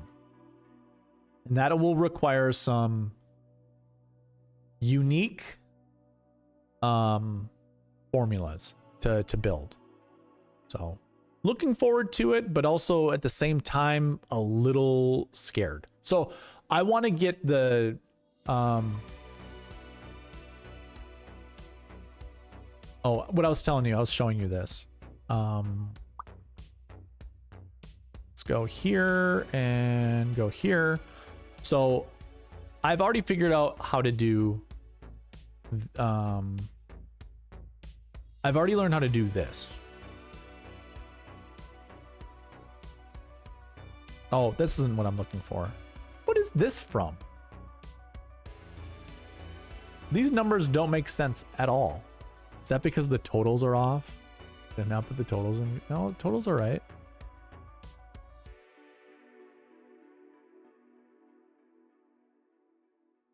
Oh, maybe they are correct. Yeah, 50% of the fee. Okay, yeah, that makes sense. Never mind. Yeah, I've figured out how to do this.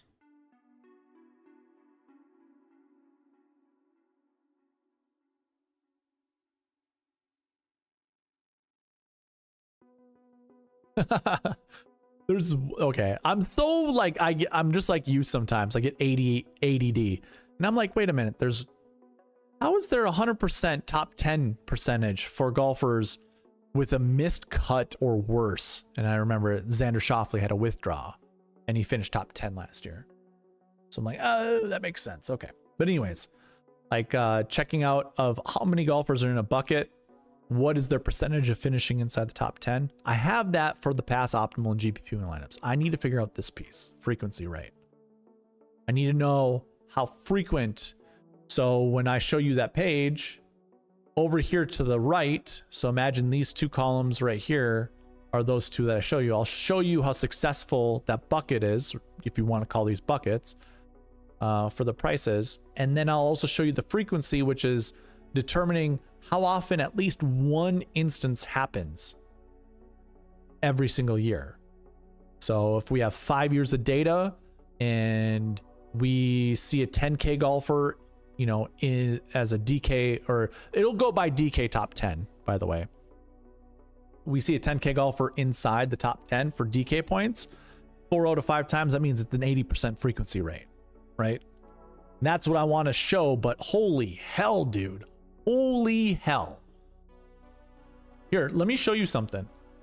I don't know if you're still with me, but if you are, you'll get a kick out of this. Here's my current browser with all my tabs up here. Not this one over here, but all the other tabs are Power BI stuff, learning all that stuff. And then I also have other videos that are up on a different screen that are all Power BI related. Because I want to figure this damn frequency thing out. And Byron, I absolutely, and like, I don't mean this in any prejudice or discriminating way. I can't stand listening to Indians talk. I can't stand when they talk about these Power BI videos.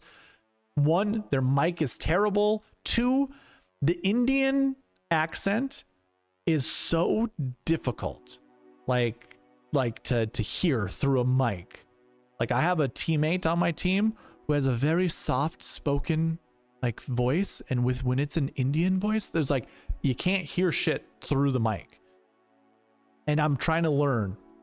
I'm trying to learn from Indians on how to do Power BI, and I can't. It's just, I found a good one that I like. ChatGPT is what you said. Yeah, I don't have a ChatGPT account, and I've used basically all of my all of my trial versions or whatever. I probably should get some AI and just figure it out. You're very intrigued by this problem. Yeah, so I gotta create either a new column or a measure, and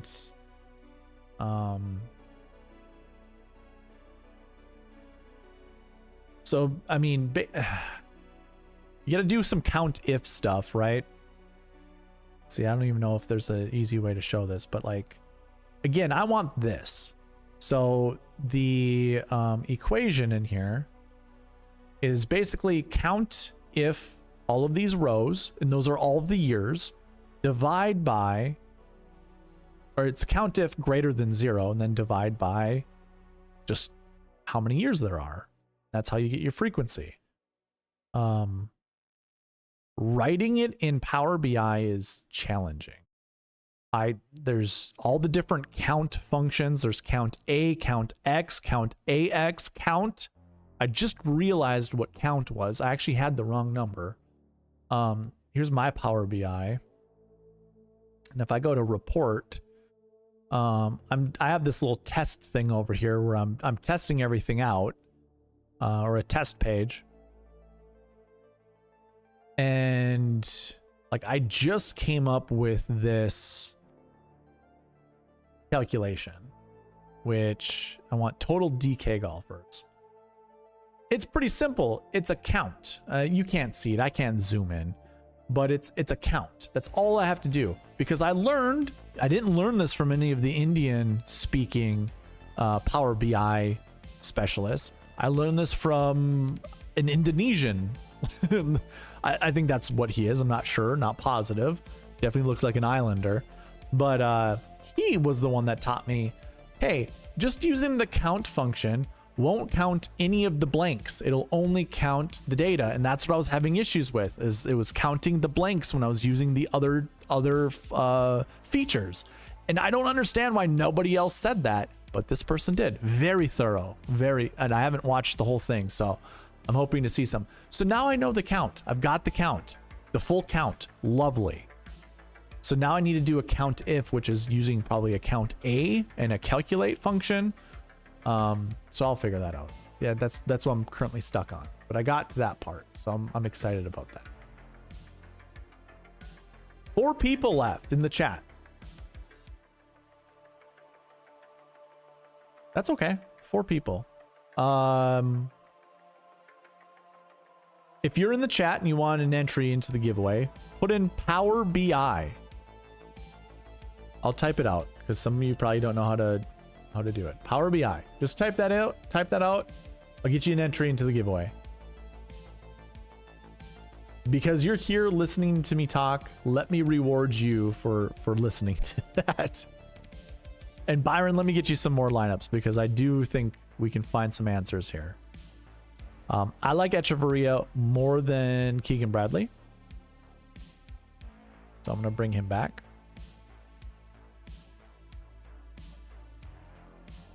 Byron gets an entry.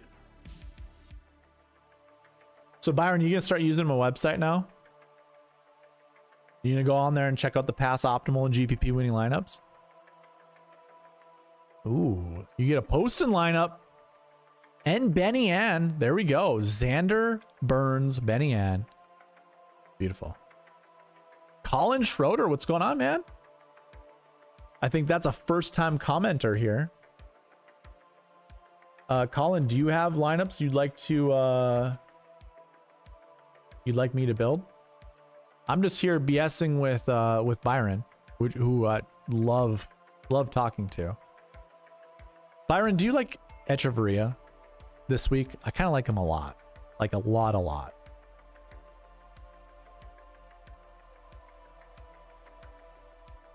Ooh, Matthew Pavon. One duplicate, I must have saved extra. Hendrith Harmon, Aaron Rye. Sure. Not my favorite. That's good, Byron.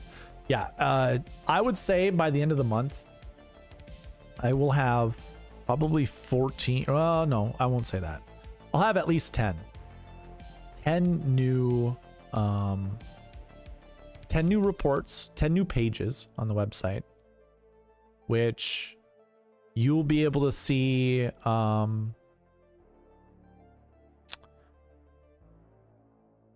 my stuff is lead-in stats. I only care about looking at lead-in stats from previous events, but I will have a performance page where you'll be able to see this the field that's currently available, or that's currently, well, I should say this field's, or this event's field. How would you phrase it? So this week, obviously, we have the Sentry. So the field for the Sentry will be loaded in, and you'll be able to see the golfers' strokes gained stats dating back to whenever. You know, you could do whatever you want, dates and stuff like that. I don't think I'll be doing rounds. I don't care to do the last X amount of rounds. I don't think that's the right way to look at strokes gained data. And I'll probably be the first one to push for that. Rounds isn't terrible. I could do rounds. I could format that into a report. I probably should. I gotta stop thinking about how I want things done and what my users want things done. So I'll probably, yeah, I'll provide it that way. I also provided a date range or whatever, and you'll be able to see a running total, or not a running total, but you know, an average of the strokes gained data, or even the raw data. I could do raw as well. But yeah, that'll be fun. But I should have about 10 reports by the end of the month done. After I finish this one that I'm working on,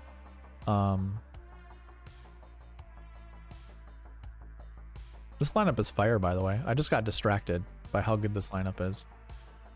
Did I save it already? Did not. Yeah. Looking forward to it.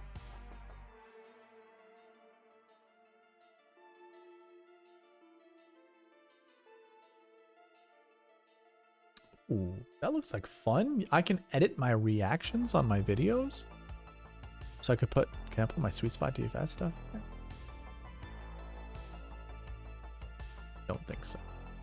Nope. Bummer. By the way, did you see all the new emojis? I don't remember if I showed you these.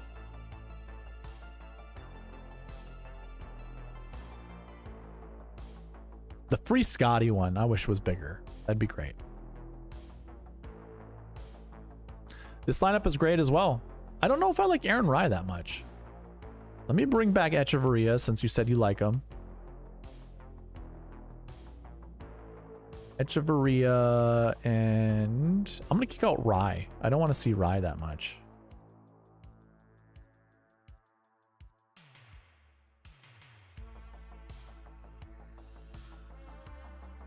We can bring back Eckroat too. Yeah, that goat one is so good. You never know how they're gonna turn out. Like when you build them and then you put them into YouTube, you're just not sure if the color saturation is gonna get messed up or whatever. Like the free Scotty one, It's not even like a real picture of him. It's like a AI generated picture of him that's very clear looking. Like it looks digitally enhanced. And I'm like, oh, this is gonna show up easy. Nope. Maybe I should just blow up his head and just have his head. Ooh, Cam Young. Like it. We already saved it.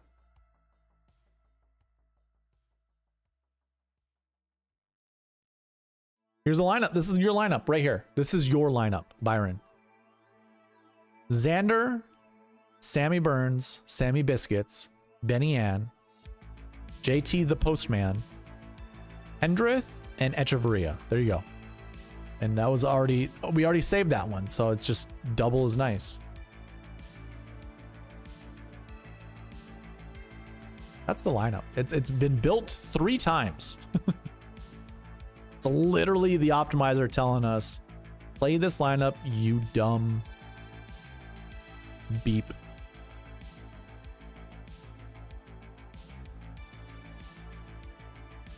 Well, I have another one that's okay. Coo. Anybody in chat want some lineups built? I can kind of give my final final thoughts before logging off. I forgot that it was New Year's Eve, but I'm not too worried about it. I have bet 5 of those guys in the chalk lineup. There we go.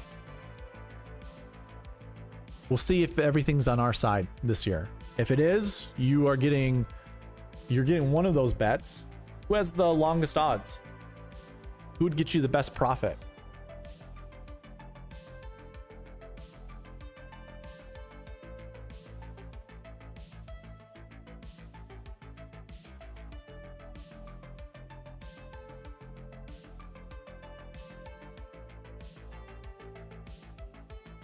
I have this light behind the camera that's really good, but it will shut off soon. It doesn't hold its charge.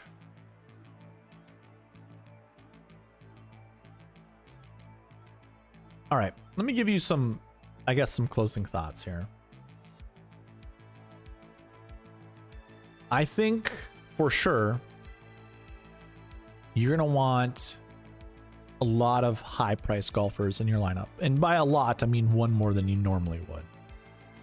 So like 2 10s with an 8, maybe a 10 and 2 9s. I think you want to go that route and then just stick in 2 6K golfers that you like.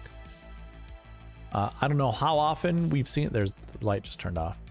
I don't know how often we've seen it, but like when we look at our past optimal lineups, we're actually just even past GPP winners. Even going back to 2020, your lowest price guy, 64 and 65.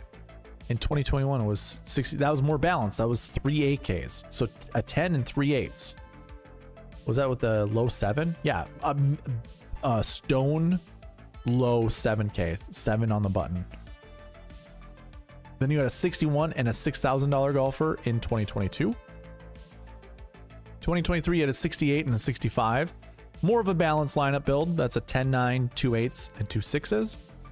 And then 2024 was a 10-9-8, 7-6-6. 2 $6,800 golfers. I'm usually superstitious about having 2 6K golfers that are the same, or two price tags that are the same, but I think when it's a limited field like this, we kind of just have to forget about that stuff. So with all of that being said, here's what I think I want to do. If I'm building lineups for all those that got the optimizer, here's what I'm thinking about doing. We changed groups for Byron because he was trying to break the SweetSpot rules. But I think what I'm going to do is go 3 out of 4 and just put that for my AM. And for AM, what I'm going to do is select this all the way down to low 8K. And I just want to see, doesn't matter to me which golfers the optimizer chooses. I want to see how many different lineups I can build having 4 8K and above golfers in my lineup. And I mean, it can have, you know, 3 8Ks, which I'm sure it'll probably try to do, honestly. But I think that's where your edge is going to be this week, is trying to build a bunch of lineups that, yeah, I mean, like this lineup here is sexy. All right. I mean, this is the lineup that I build. Is this? Yeah, this is the most optimal lineup built. I think I showed that right when I was starting to build lineups, but I didn't save it. A lineup like that, though, is exactly what I'm looking for. I don't want Jason Day on my lineup or in my lineups. Ick. All right, that's the last Jason Day lineup I'm gonna have. Oh man, during the hero, I had I entered 2 $20 contests, and in one of them I had Jason Day, and then I had 2 $5 drive the green contests. All of them had Scotty Scheffler in them, and Jason Day finished DFL, so he can go fuck right on off. I bet to win the same amount as the same profit. Oh, okay. Cool. Australians, am I right? It is the Australian summer, right? If I remember correctly. Trevor Immelman likes to say that quite a bit. Not Trevor, Mark Immelman likes to say that quite a bit. So yeah, the Australian summer. I don't mind Australians. Who are we going to pick for our Aussies? Adam Scott?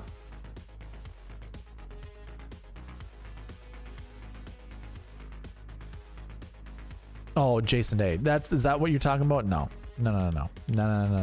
I'm not doing Jason Day. Cam Davis, though. I don't mind Cam Davis. He must not. He's in my dummy lineup, Cam Davis is, but he hasn't shown up all night, and that's probably because he has a low price or a low sweet spot metric. So let's bump him up. I don't know if I want to bump him up that much, do I? I definitely would pick him a ton. Let's just bump him up 50 points.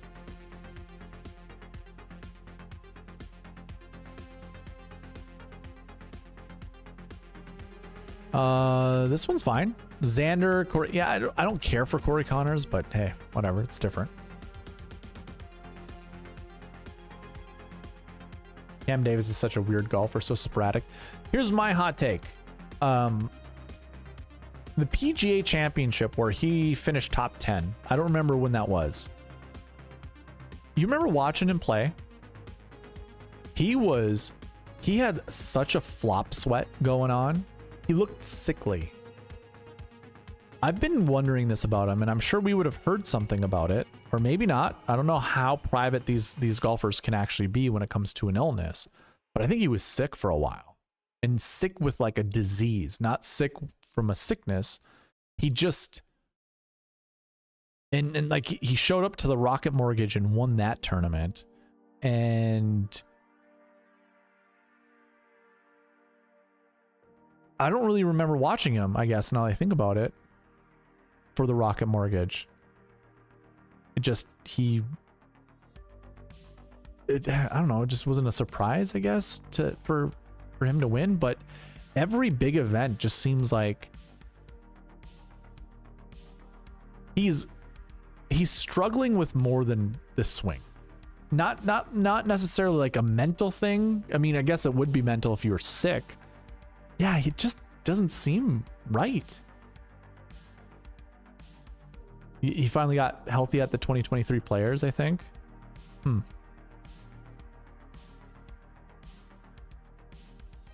He won the Rocket Mortgage this last year, right? Pretty sure that's right. I don't know. He just, yeah. If for whatever reason, not so much for whatever reason, but if he's healthy, I like Cam Davis. I'll play Cam Davis. This lineup here is fine. I don't think I want, do I want Corey Connors amount? Okay, I'm gonna save this lineup. That's fine. I don't want that much Corey Connors. He's probably the play. My optimizer, whenever I disagree with it, tends to be right more than I am.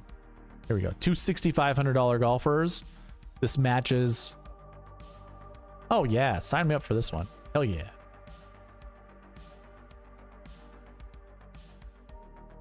Thomas Dietrich. It's a first Thomas Dietrich sighting of the night. Poston, Young, Razor. That's a great lineup. A really good lineup. Cam Young. All right, Cammy boy, that's your last lineup. I don't want to see you anymore.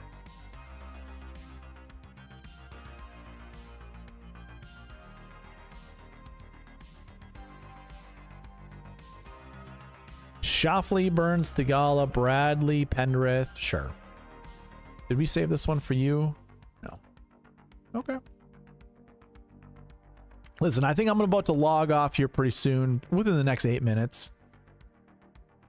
We'll make it an even 2 hours being live. If anybody wants lineups built, let me know. Anybody have questions on anything? Go check out SweetSpotDFS.com if you haven't. I've got two tools on there for you. Really just one tool. It's the pass optimal and GPP winners, but I also have a cheat sheet that you can use on there. Pretty simple. Also want your advice on this. Do you want to see color? That's why I only have one column colored. Do you think the conditional formatting would look good on the rest of it? Probably would, honestly. But is that something you guys want to see? Just say yes for... If you're watching this on replay and you got all the way to this point, if you answer this question in the comment section, I will give you 2 entries into the giveaway for the weekly and for the monthly. But my question is, do you like conditional formatting? All I want you to do with your response is just go conditional formatting hyphen yes or no. So conditional formatting hyphen yes or conditional formatting no. Or if you want to make it real simple, just go CF yes or CF no. Because I know some people don't care to type out conditional formatting. It's a long 2 words to type out. So CF yes, CF no. Byron wants yes. Yeah, I mean, makes it all look better. And the reason I built it this way is this is how I used to look at fantasy golf for forever. That's what all these pages are. Like, let me pull this down.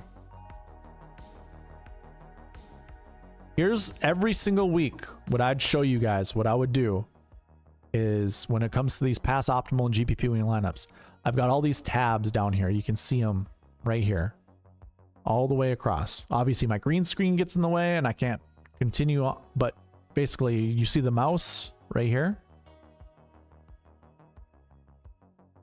All of these tabs are all the things I work with when it comes to showing you guys this. And this is where it all started, was building a page like this.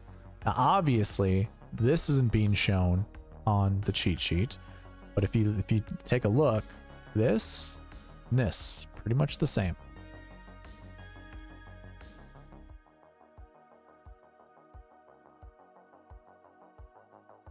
So yeah. You got your salary, your players, your finish, DK points, and all of this. Obviously, you're not going to get DK points in a finish when looking at a cheat sheet. But that's what you got. Salary, golfer. Then it goes to course history, last year, recent form, and then the following weeks. And that's basically what you got. Course history, last year. Oh, cut made percentage. Maybe I should put that in there. I could probably add that. That wouldn't be too... I mean, that's... Gonna have to figure out how to do all those count ifs in Power BI, but yeah, that's basically what I provided you guys, because that's how I started out, and I think that's more than enough for a cheat sheet, for a free cheat sheet.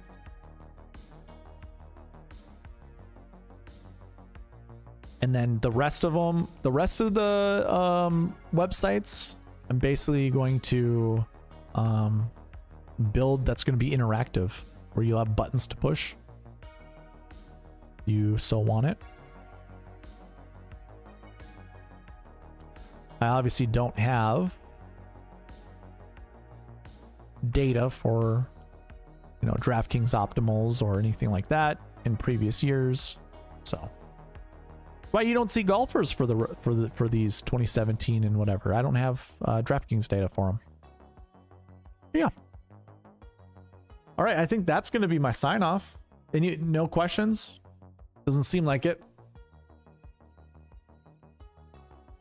This looks good on stream, by the way. I wasn't sure if I liked the white, black, and red the way that it is, but that looks pretty solid.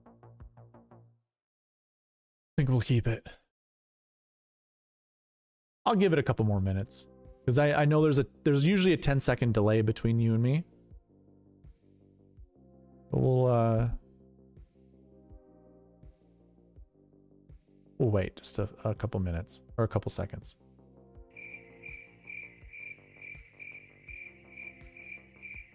Oh yeah, Happy New Year. Happy New Year to everybody. Over on the East Coast, it's going to be, oh gosh, anybody watching the New York ball drop or whatever it's called? That's going to happen in 2 minutes. No, it's not. Never mind. It's going to happen in an hour. You like the important stuff being read? Oh, Byron, actually, I got a question for you then. So this is total. The total is how many golfers are in each of these buckets. So it's the total of how many 10K golfers are for this event, in this event. It's not the total of all this data here going off to the right.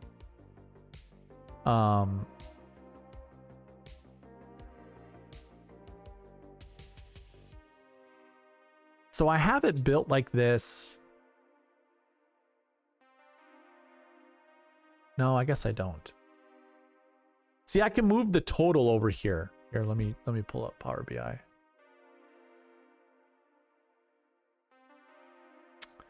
Like I could put the total there. I don't know. How does that look to you?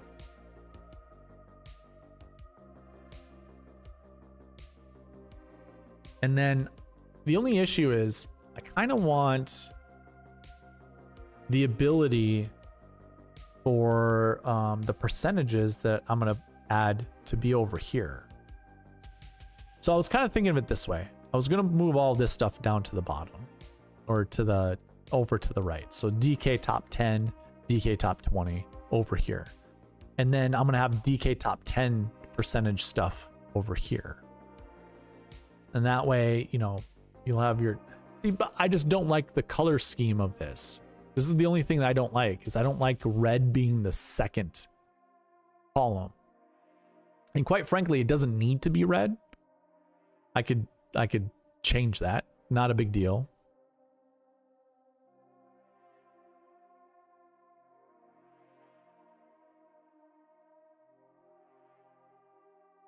I don't know how to remove colors. Oh, reset to default. Oh, everything gets reset to default? That's fine. I mean, I could have it just black.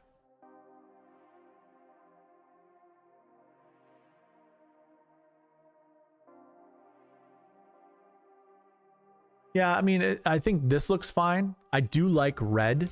I mean, I thought that looked pretty sharp having all the red.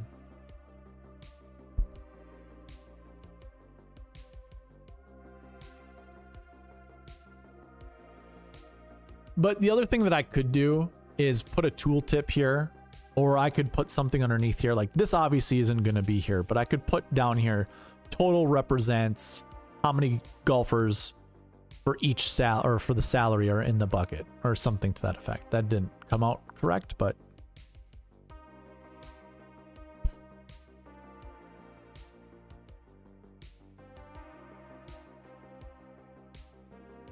yeah, I like it like this. I think it looks sweet.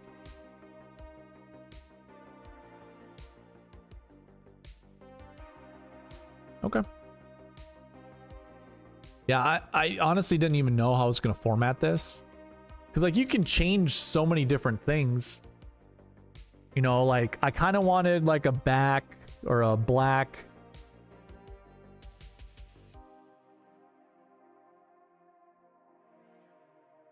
That didn't work. Is that not it?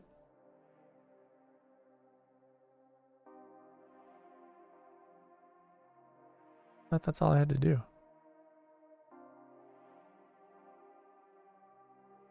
Oh, the transparency is at 100%. I thought about making something black with everything else being black, to match the theme of the website. Actually might be okay if I think about it, or if I change this around.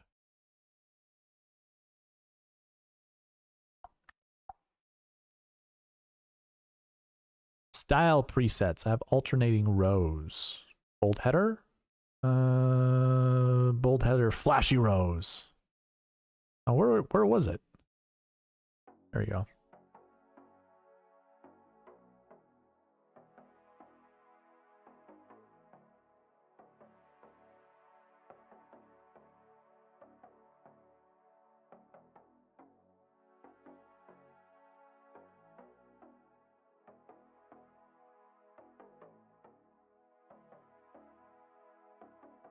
And have everything else. I don't know. It could look good. It does pop. As I'm looking on the screen. So like all this white noise. How did you change yours to black and white, by the way? I don't even know if you're in this in the chat, but is there a black and white? I haven't gotten to that point of learning Power BI.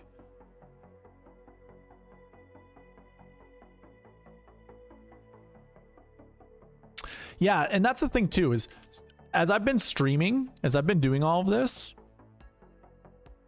what I've been noticing on the screen, like this above me, I like white. This looks good. I built my website to be dark because I like dark. When I'm viewing a website or I'm looking at something, like I want it dark. I have everything dark theme. Like when it comes to browsers, like if I open up a new tab, it's dark. Like I want it to be dark. I don't want it to blind me. But I actually made the white that's back here just an off color white. Like it's not an Arctic white, like a flashing white light. It has a little bit of color of red in it, and it kind of softens the white. You can preset all the pages in white or in view or something. Okay, good to know.